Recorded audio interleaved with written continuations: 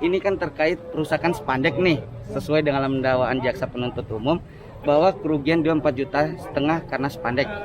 Anehnya dalam kasus ini, dalam berkas perkara itu tidak ada penyitaan spandek dan tidak ada gambar spandek yang rusak itu. Justru yang ada sketsa sekitar lokasi. Ini kan sangat aneh sekali. Hanya peok spandek yang peok, itu nggak ada fotonya sama sekali dalam berkas perkara. Nah, ini juga yang aneh nih. Terkait pohon singkong dalam dakwaan seperti yang dibaca jaksa penuntut umum begitu sangat tegas dan jelas menyebutkan ada batang pohon singkong. Itu dalam berkas perkara itu tidak ada penyitaan terhadap batang singkong atau foto batang singkong itu nggak ada.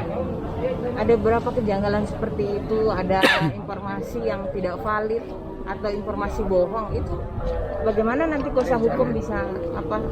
Nah, makanya tadi ini tumben kami membuat eksepsi tidak biasa pada hari ini. Kami meminta kepada majelis hakim untuk sebelum majelis hakim membacakan putusan selah terkait dengan adanya eksepsi kami meminta kepada seluruh penyidik dan penyidik pembantu terkait dengan kasus 4 IRT ini itu agar dihadirkan sebelum pembacaan putusan selah, termasuk penasihat hukum yang tanda tangan dalam BAP untuk memastikan ini kan proses peradilan pidana nih yang tujuannya mencari kebenaran material. Nah, salah satu mencari kebenaran material yaitu menghadirkan orang-orang terkait. Makanya kami minta. Nah, permintaan kami ini juga merujuk terhadap putusan Pengadilan Negeri Melili.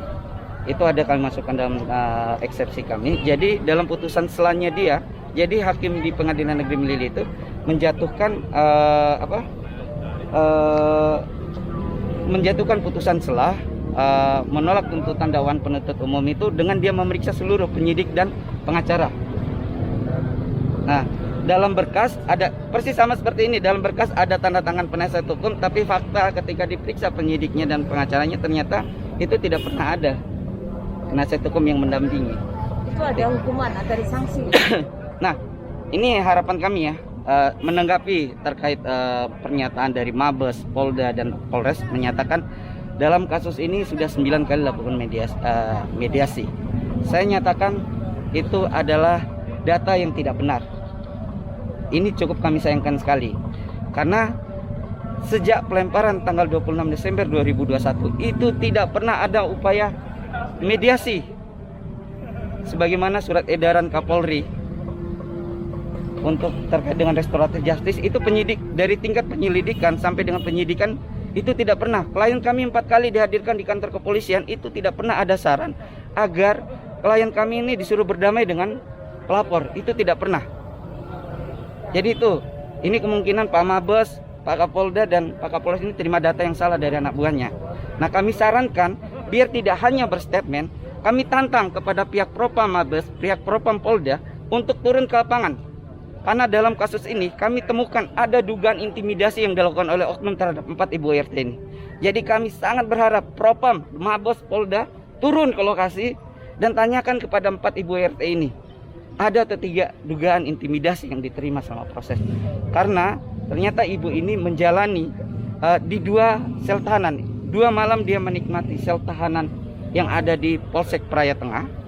Kemudian sisanya 5 hari itu ada di Rutan Praia. Nah, selama ada proses penahanan ini, klien kami mengaku ada menerima intimidasi. Begitupun ketika mereka pertama kali diperiksa di Polres Lombok Tengah, itu juga menerima intimidasi dari oknum. Bentuknya apa, Pak? Intimidasi ada kalimat yang sifatnya melecehkan. Ini dugaan ya, makanya kami berharap untuk memastikan ini pihak Propam. Kemudian ada dugaan kalimat yang mengintimidasi, kalimat yang menyakitkan ya, seperti anak di sini tempat tidur mahal, anak kamu COVID. Ada kalimat seperti itu yang diterima oleh klien kami. Nah, untuk memastikan kebenaran, merasa terhina klien kami. Dan juga pada waktu penyelidikan itu dia merasa ketakutan dengan kalimat yang sangat tidak sopan. Nah, makanya untuk lebih jelasnya saya menantang kepada Propam Mabes, kepada Propam Polda untuk turun ke lokasi. Dan kami siap untuk dampingi. Siapa ya?